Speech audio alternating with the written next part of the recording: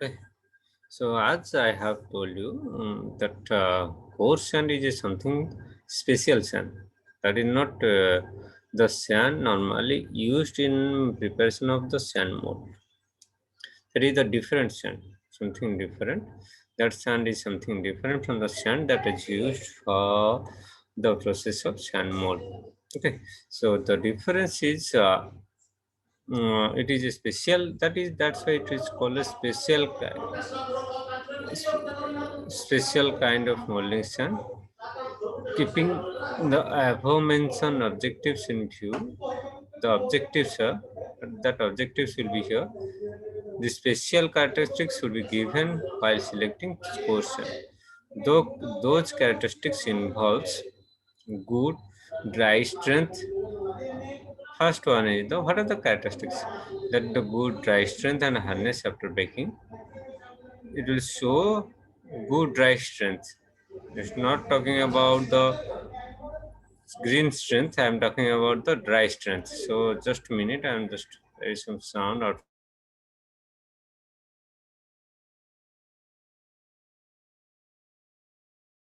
Okay. So it should have good dry strength and hardness after baking. So here the sand we are using is that sand will be used after baking. That sand will be used after baking. Baking means that will give in some heat to that. So that if you're applying heat means that sand will be dry. So that sand will have sufficient dry strength and hardness will be increases after baking that.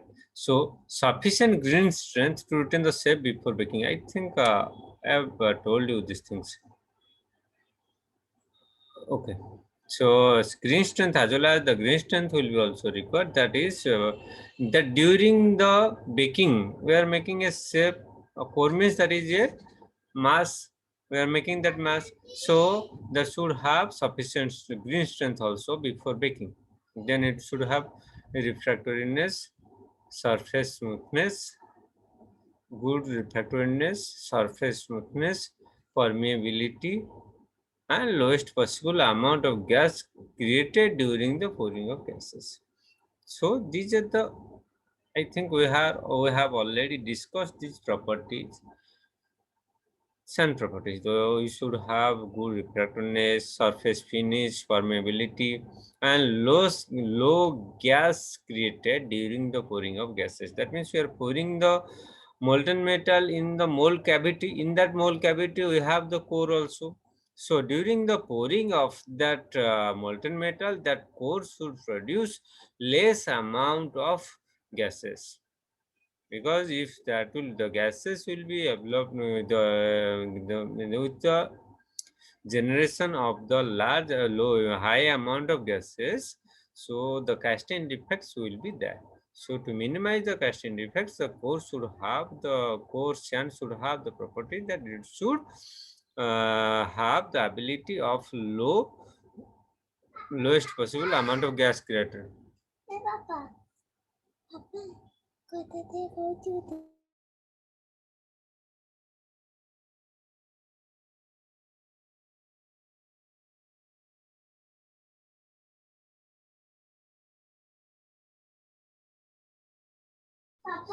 Sorry for that. Okay.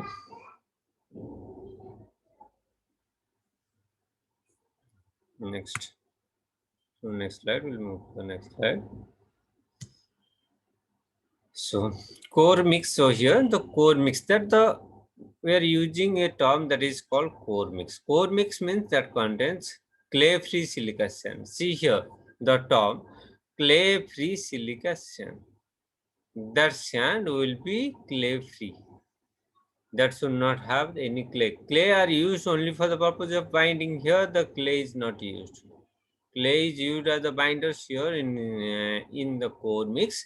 That sand should have clay free, and this is suitably mixed with what is the mix properties, suitably mixed with binders, water, and other ingredients to produce a core mix.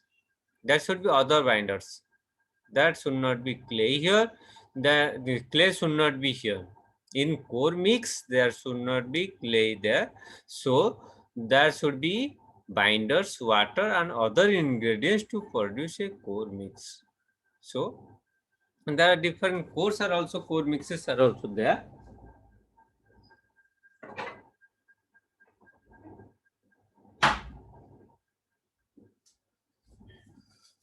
So synthetic core binders.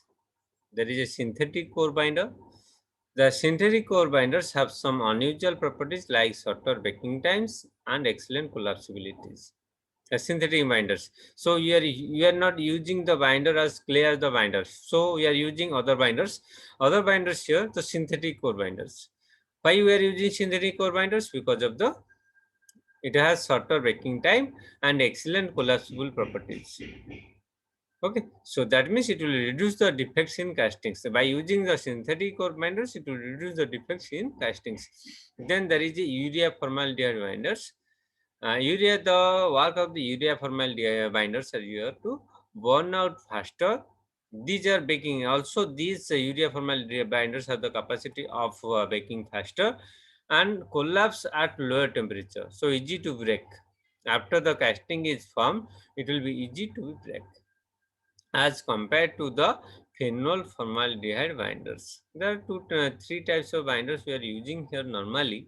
That is, one is a synthetic core binder, other is the urea formaldehyde binders, then your phenol formaldehyde binders. So rather to phenol formaldehyde binders, urea formaldehyde binders are better to baking, and it will be collapsed at low temperatures. That means after the casting is completed, crushing process is completed, that the collapsing of that mold cavity will be easy for that. And urea formaldehyde binders are normally used for at aluminum, used for generally non-ferrous metals.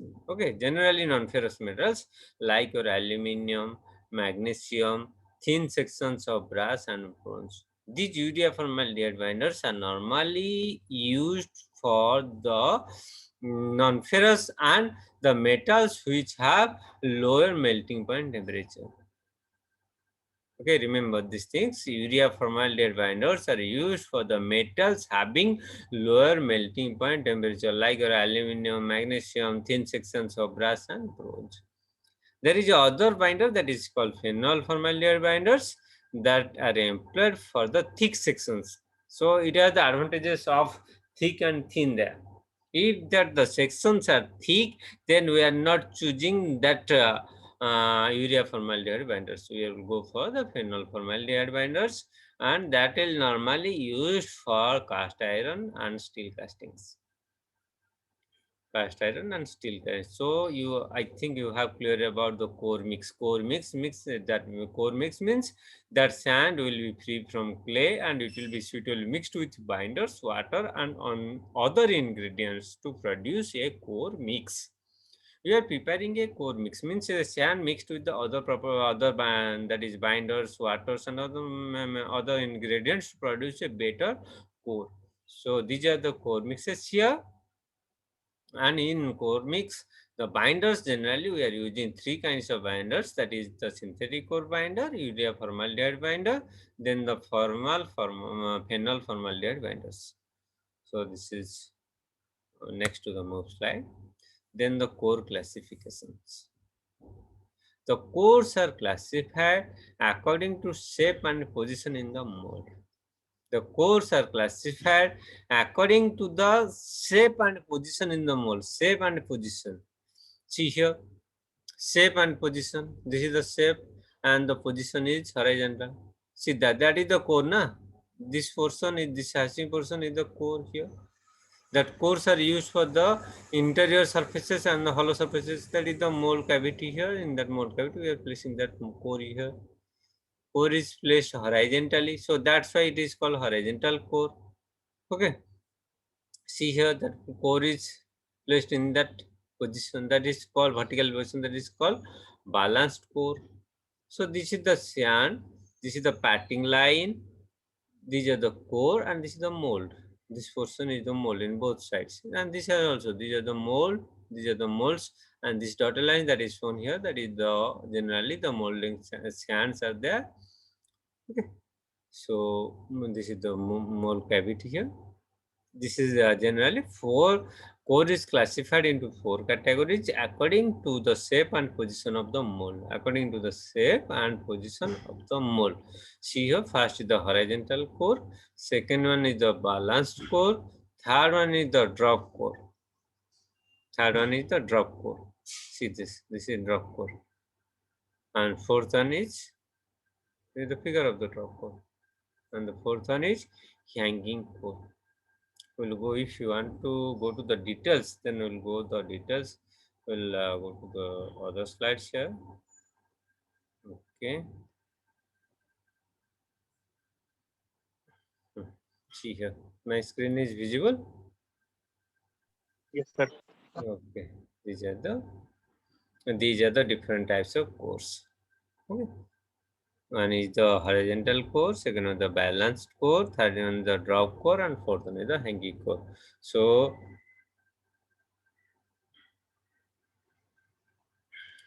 this is the cores. Okay.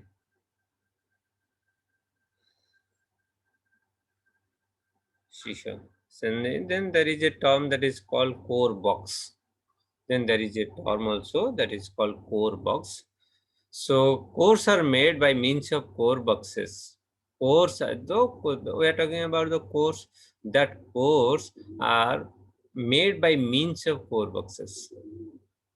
Cores are made by means of core boxes comprising of either single or in two parts. That box should be either in a single box or it will be two-part box. The core boxes are generally made of wood or metal and are of several types. That boxes would be of wood or metal and of several types. The main types of core boxes are half core box, dome core box, split core box, trickle core box, right and left hand core box, and loose piece core box. These are the types of core boxes here. These are the types of core boxes here. The half core box, dome core box, then split core box, trickle core box, right and left hand core box, loose piece core box. Okay. So if you see the half core box, what is that half core box? This is the most common type of core box we are using. This is the most common type of core box we are using. The two identical halves of a symmetrical core prepared in half core box are shown in figure. Just a minute.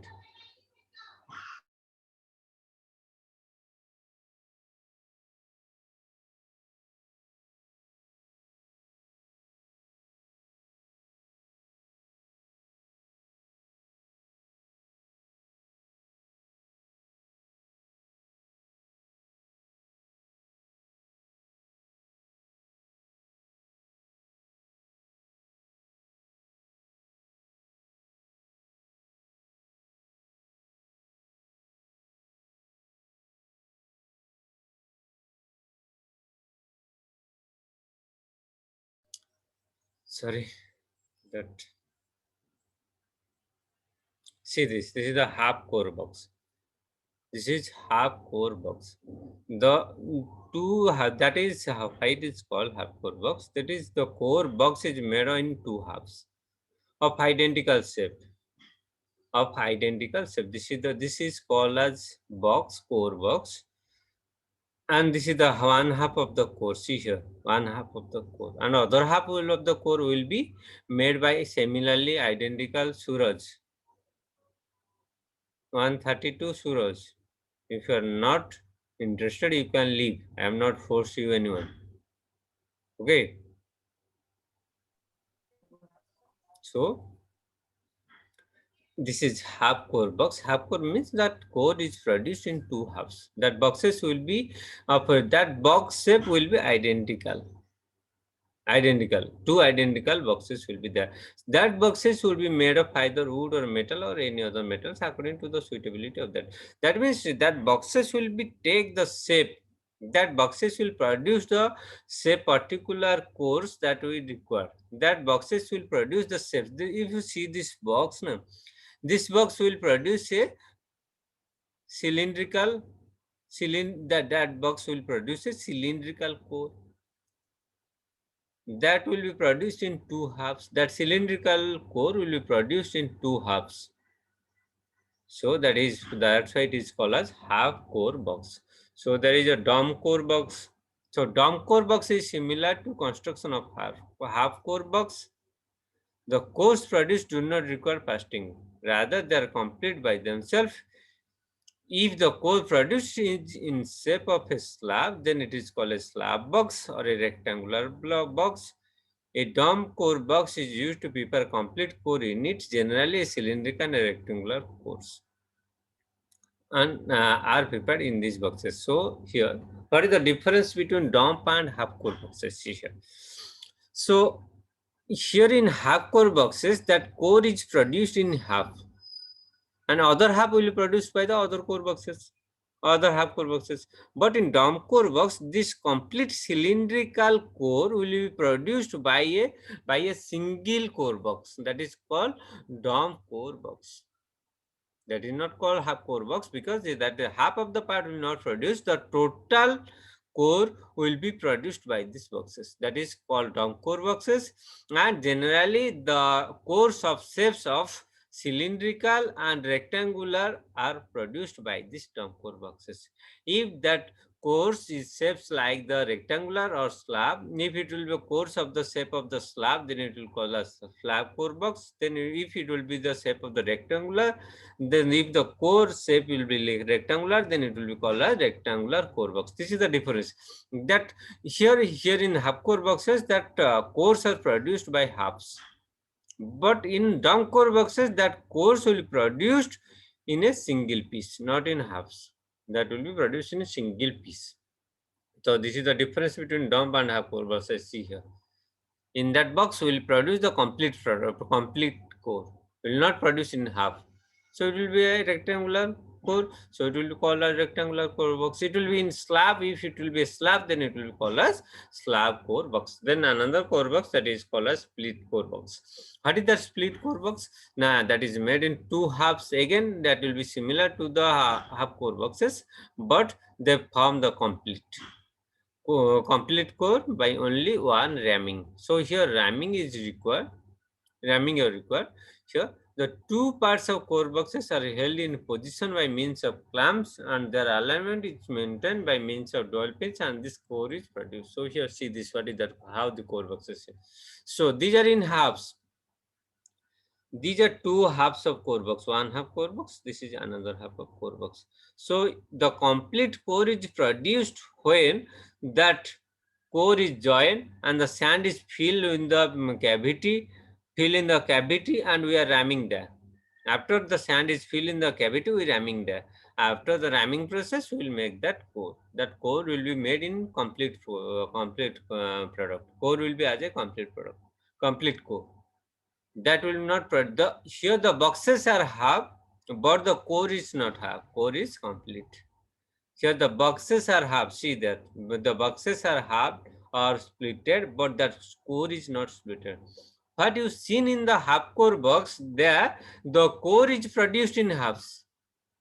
But here the boxes are halves. Boxes have splits, but the core is not splitted. But the core is not splitted. Remember these things. So that is split core box. Then right hand and left hand core boxes. Sometimes the cores are not symmetrical about the central line. If the core is not symmetrical from the central line, in such cases, right and left hand core boxes are used. So in that case, we are using a term that is called as right hand core box and the left hand core box.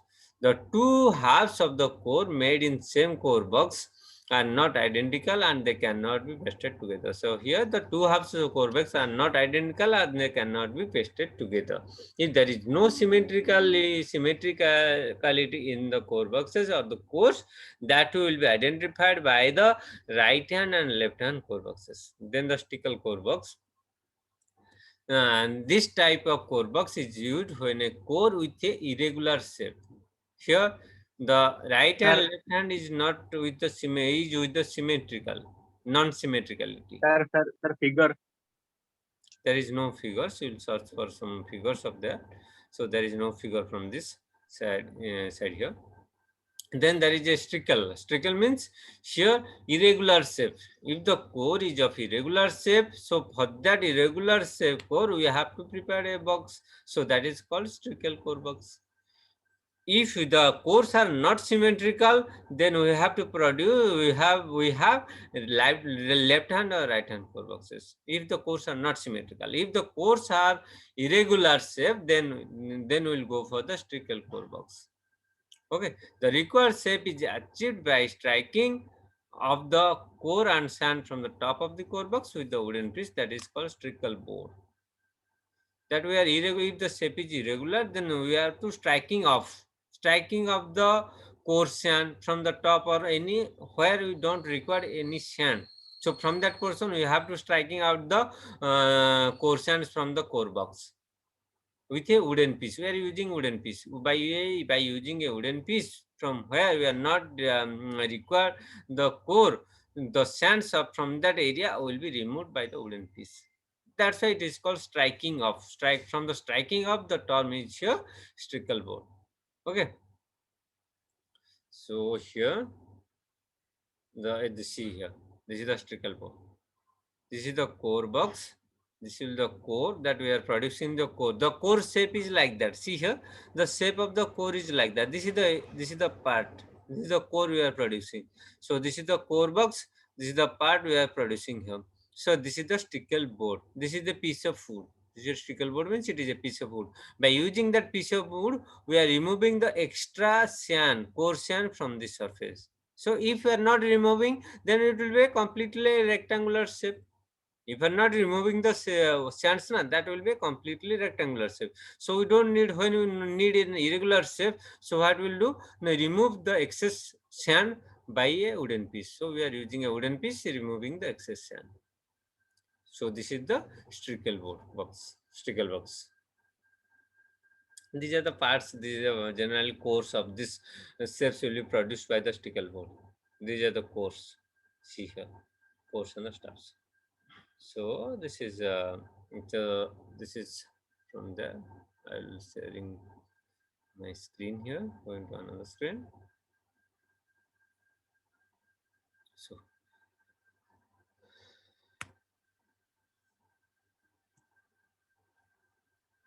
is it visible now? Yes, sir. So we'll go to the core making. So preparing the core. So the in the mold making, there is a mold making also in mold cavity. So here in core making, we are going to the core making. How to prepare the core? So core making basically is carried out in 4 stages. First is the core sand preparation, core making, then core baking, and core finishing. There are 4 stages. In core making or core preparation, generally there are 4 stages. The first stage is core sand preparation. We are preparing the sand. That means we are. I have already told you there is a core mix. That is a sand preparation. Okay. So first we have to go for the sand preparation, then the core making, then after that, after the core is made, then we'll go for the baking and then finishing. So you will go stage by stage. First is the course and preparation. First one is course and preparation. Okay. So preparation of satisfactory and homogeneous mixture of core sand is not possible by manual means. So whatever it says here, what is saying here, we need here a satisfactory and homogeneous, the 2 terms. First is the satisfactory and second is the homogeneous mixture of the core sand. Mix, I have already told you what is that core mix. We are preparing a satisfactory and homogeneous core mix. So that is not possible by means of manual means. So that means we are using some machines for the core sand preparations. Therefore, for getting better and uniform core sand properties, using proper sand constituents and additives and other core sands are generally mixed with the help of any of the following mechanical means. So we are using the mechanical means of sand preparation, coarse sand preparation. But in case of molding sand preparation, we are not using any machines. But in coarse sand preparation, we are using machines, mechanical means. Then generally, that mechanical means of the machines are roller mills, coarse and mixture. There are the roller mills is there. There is a coarse and mixture and vertical revolving arm type, horizontal pedal type mechanisms. These are the mechanisms or mechanical means we are using for the preparation of the sand, coarse sand. Why we are using the machines? Because we need satisfactory and homogeneous uniform sand properties throughout the core.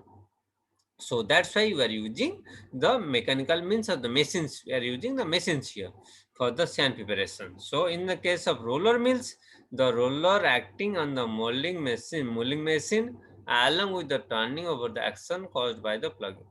So there is a mixing. I think you are not seen the roller mixer or roller mill here. So I'm not discussing these things. When the time comes, if there is it, if I got some time, then I'll show some figures of this. What are the course and preparation machines are there? So you'll go to the next slide there. So here, first phase is completed. First phase is the core making process, sand preparation process. The second is the core making process. So after the sand is mixed properly, uniformly, then we are going for the preparation of the core or the making of the core. So core, there is a, for making of the core, there is a machine we are using that is called as core blowing machines. That machine is called as core blowing machine.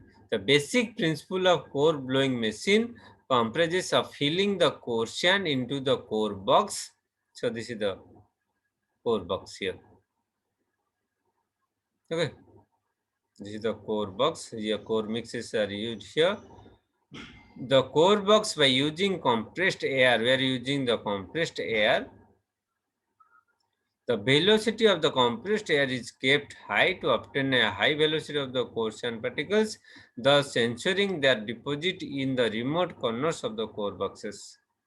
Core blowing machines are mainly suitable for large quantity parts manufacturing. So this is, see here, this is the figure of a core blowing machine. This is a core. This is a core box. See, this is a core box. These are the vents are here. These are the vents are here, and this is the core mix here. There is a valve. Okay, see this. This is a valve here. Then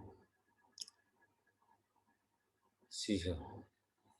Movement of the sand magazine to the hopper or to the blowing position. This is the core mix. This is the hopper.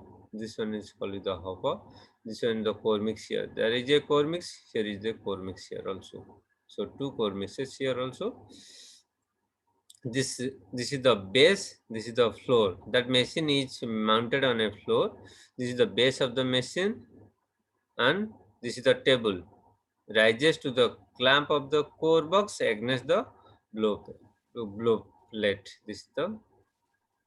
This will move in upward down motion. The table can move in upward and downward motions. This is the blow plate with blow holes and vents. This is the blow plate with the blow holes and vents are there. Blow holes and vents are there in blow plate. So this one is shown here. This one, stop for locating core box. This is used for the stopping the core boxes. The proper location of the, this is a stopper. That is called as the stopper because the core box will not be moved from that position. That will be used as the stopper. Okay.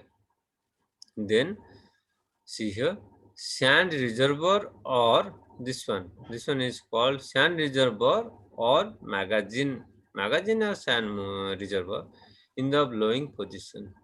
In the blowing position. Then this will be the max valve. Then compressed air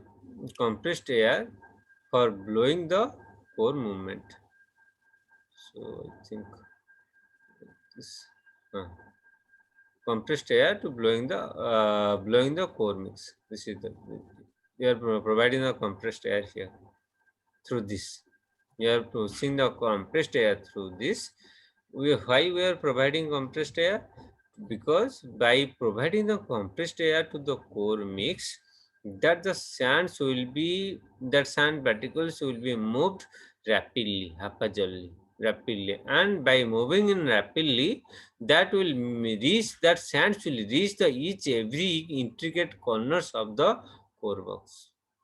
The sands will reach the each and every intricate corners of the core box. That's why we are providing here the compressed air. Compressed air means that air having high velocity. When a high velocity air is striking the core mix that will be flow, that sand particles will be flow, that will flow to the each and every corners of the core box. So and there is the vent also here, that is a core box. I know I already told you this is the core box, and this is the valve for admitting compressed air for rising the table. This is the table, na? This table can be controlled hydraulic table. That's why it will call as rising the table, air for rising the table, compressed air, hydraulic table, that is hydrodynamically controlled. So the air will flow through this. Okay. Sir, requirement for moving the table.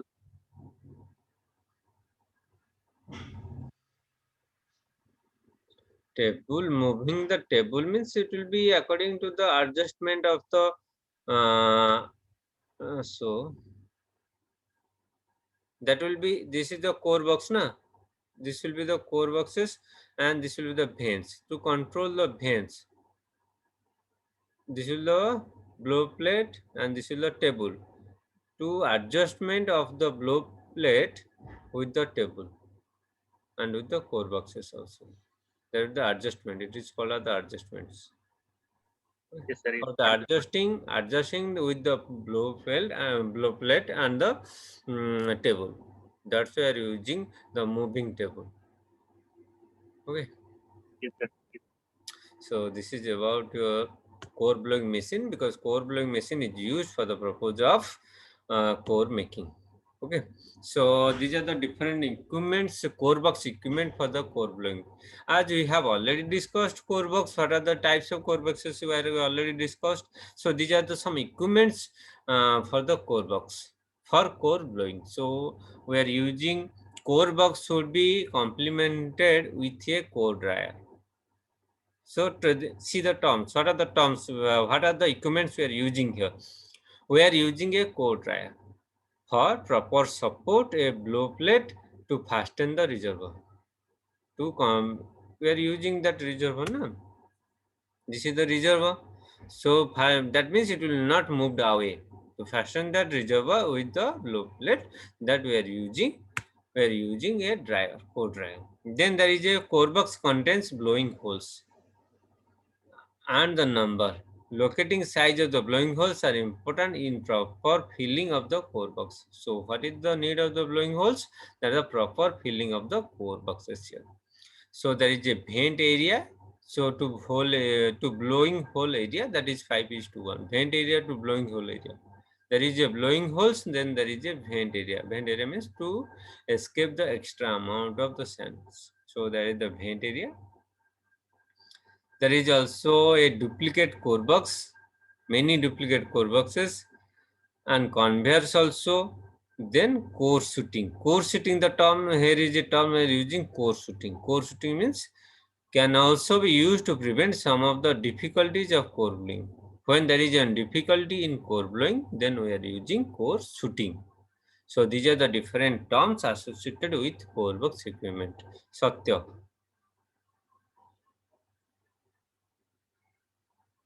सत्य अच्छो ना नहीं Yes, sir.